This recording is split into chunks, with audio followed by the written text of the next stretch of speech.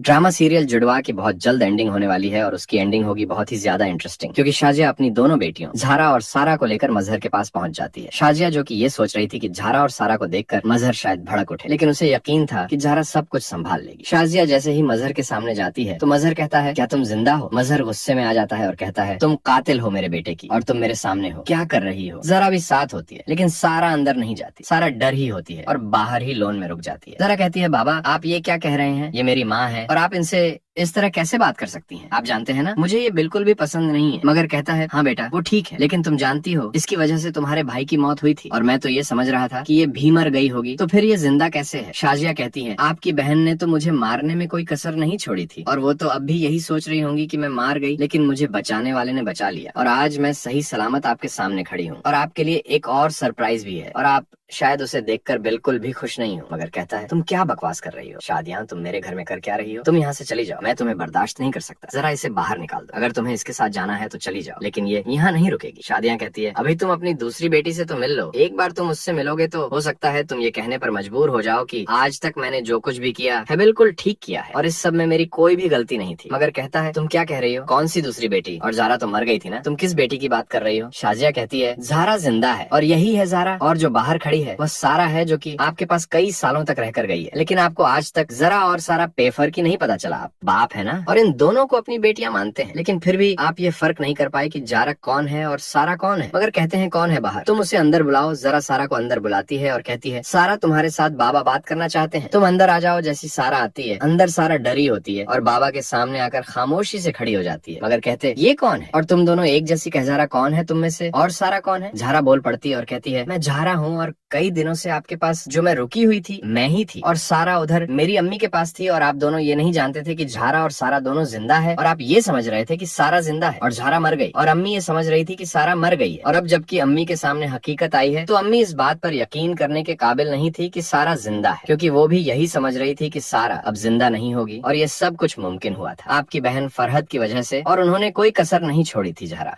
और सारा को मारने के लिए। लेकिन फिर भी मैं और ज़ारा दोनों आपके सामने खड़े हैं। मजहर कहता है, शाजिया तुमने इन दोनों को कहाँ रखा था और तुमने मेरे साथ धोखा किया है? तुमने ये सोच भी कैसे लिया कि मैं इस सब के लिए तुम्हें माफ कर दूंगा? तुमने मेरी दोनों बेटियों को बहकाया है और कातिल हो तुम मेरे बेटे की, और आज तुम इस तरह धड़ल्ले से आकर मेरे सामने खड़ी हो। मैं तुम्हें बिल्कुल भी बर्दाश्त नहीं कर पाऊंगा। ये ना हो कि मैं तुम्हें घर के गार्ड्स को कहकर घर से धक्के देकर निकलवा दूंगी। ये तुम्हारे लिए अच्छा होगा कि तुम खुद यहाँ से चली जाओ, और अगर तुम मजबूर करोगी मुझे तो मैं ये सब करने के लिए भी तैयार हो जाऊंगा। इतने में फर्क आ जाती है। फर्क जब ज़ारा और सारा को एक साथ देखती हैं। वो कहती हैं, भाई साहब ये दोनों लड़कियां कौन हैं? और सारा एक ही गई थी, ये दूसरी जैसी लड़की कौन है? धारा कहती है, मैं ज़ारा हूँ और आप शायद मुझे अच्छे से पहचानती हैं, कई दिनों से मैं ही आपके पास रह रही हूँ, थी ना? और आप ये भी सोच रही थी कि मैं सहारा नहीं हो सकती, तो आप बिल्कुल ठीक सोच रही थी। मैं सहारा नहीं बल्कि ज़ारा थी, और मैं सिर्फ इसलिए आई थी ताकि आपकी तबीयत और आपका जहन ठीक कर सकूं, क्योंकि अगर मैं यहाँ नहीं आती तो आप तो सारी जिंदगी सारा प्रजुलम करती रहती और बाबा को गुमराह करती रहती, अम्मी और हमारे बारे में। मगर कहता, बेटा ज़ारा तुम क्या बात कर रही हो? और ये फरहत तुम्हारी फूफू है, तुम इससे बदतमीजी से क्यों बात कर रही हो? तुम जानती हो ना इसने कितना ख्याल रखा है सारा का, और तुम्हारी माँ तो सारा को छोड़कर चली गई थी, तुम्हारी फूफू ने इसका ख्याल रखा था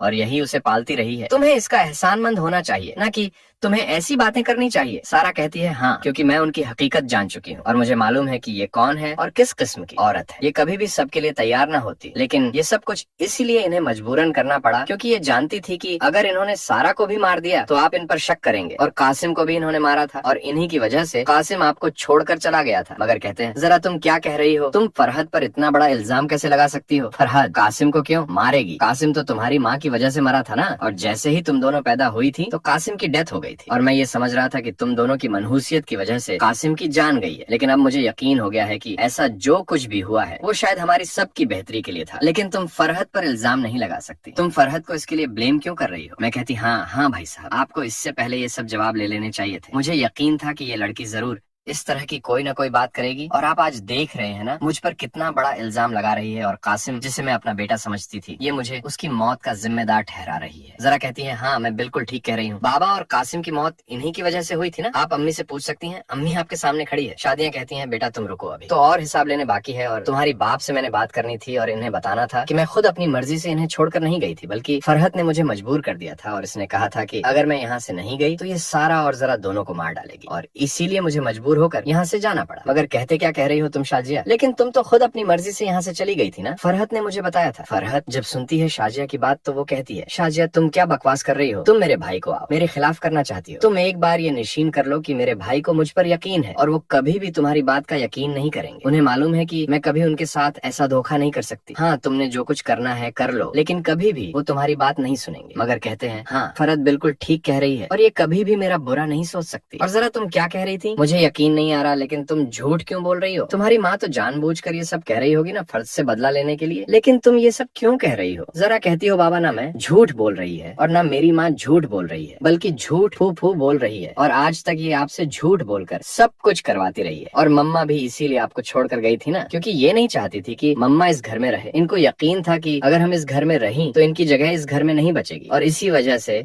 इन्होंने अम्मी को इस घर से निकलवा दिया और ये अपनी प्लानिंग में हमेशा कामयाब होती रही क्योंकि आप इनका साथ देते रहे। मगर कहता है जरा तुम ये कैसे कह सकती हो, मैं तुम्हें कह रहा हूँ ना फरहत ने ऐसा कुछ नहीं किया। मगर फरहत की तरफ मुड़ता है और कहता है फरहत क्या जरा सच कह रही है, पर मुझे अब यकीन है कि जरा की बातों में कुछ न कुछ तो सच्चाई होगी। पर जहाँ तक बात रही शादियों को घर से निकलवाने की, तुमने तो मुझे कहा था कि शादियाँ खुद अपनी मर्जी से घर छोड़कर गई है और वो मेरे साथ नहीं रहना चाहती थी क्योंकि वो यहाँ तंग थी और कासिम की मौत की वजह भी तुम इसे ही बता रही थी। लेकिन अब जरा कह रही है कि कासिम की मौत तुम्हारी वजह से हुई है और शादियां मुझे छोड़कर नहीं जाना चाहती थी, बल्कि वो भी अगर छोड़कर गई है तो तुमने उसे मजबूर किया है। फरहत कहती है भाई साहब आपको मुझ पर यकीन करना चाहिए, ना कि इस 2 टकी लड़की पर। मगर कहता है तुम क्या बकवास कर रही हो फरहत, वो मेरी बेटी है और तुम उसे 2 टके क्यों कह रही हो? और आज तक ज़ारा ने जो कुछ भी कहा है बिल्कुल ठीक कहाँ है सारा, तुम बताओ। तुम तो जानती हो ना अपनी माँ को और तुम अब मिलकर आई हो उनसे और नाना मियाँ से भी मिली होगी ना तुम, तो क्या ज़ारा और तुम्हारी माँ सच कह रही है? तो सारा कहती है हाँ बाबा ज़ारा और अमित सच कह रही है और मैं अम्मी पर गुस्सा थी क्योंकि मुझे लगता था कि वो जानबूझकर मुझे छोड़ कर गई थी। लेकिन जब उन्होंने मुझे बताया कि फूफू ने उन्हें मजबूर किया था क्योंकि वो नहीं चाहती थी कि अम्मी आपकी जिंदगी में रहे, तो इसलिए उन्हें मजबूरन आपको छोड़कर जाना पड़ा। फिर मुझे यकीन हो गया कि ये औरत जो कि मुझ पर इतना जुल्म कर सकती है तो मेरी माँ के साथ भी ये सब कुछ कर सकती है। इसीलिए मुझे इनकी बात पर यकीन था और आपको भी अब यकीन आ जाएगा क्योंकि ये बिल्कुल ठीक कह रही है और जरा कभी भी झूठ नहीं बोल सकती। ज़ारा यहाँ मेरी मदद करने आई थी। आपको अब यकीन हो गया होगा ना कि ज़ारा यहाँ सिर्फ इसलिए आई थी ताकि इस घर में मेरी हैसियत बहाल कर सके और आपको ये एहसास दिला सके कि मैं आपकी बेटी हूँ और आप फूफ फूफ पर अंधा एतमाद करके बिल्कुल भी ठीक नहीं कर रहे। फरहत सारा को हाथ से पकड़ लेती है और कहती है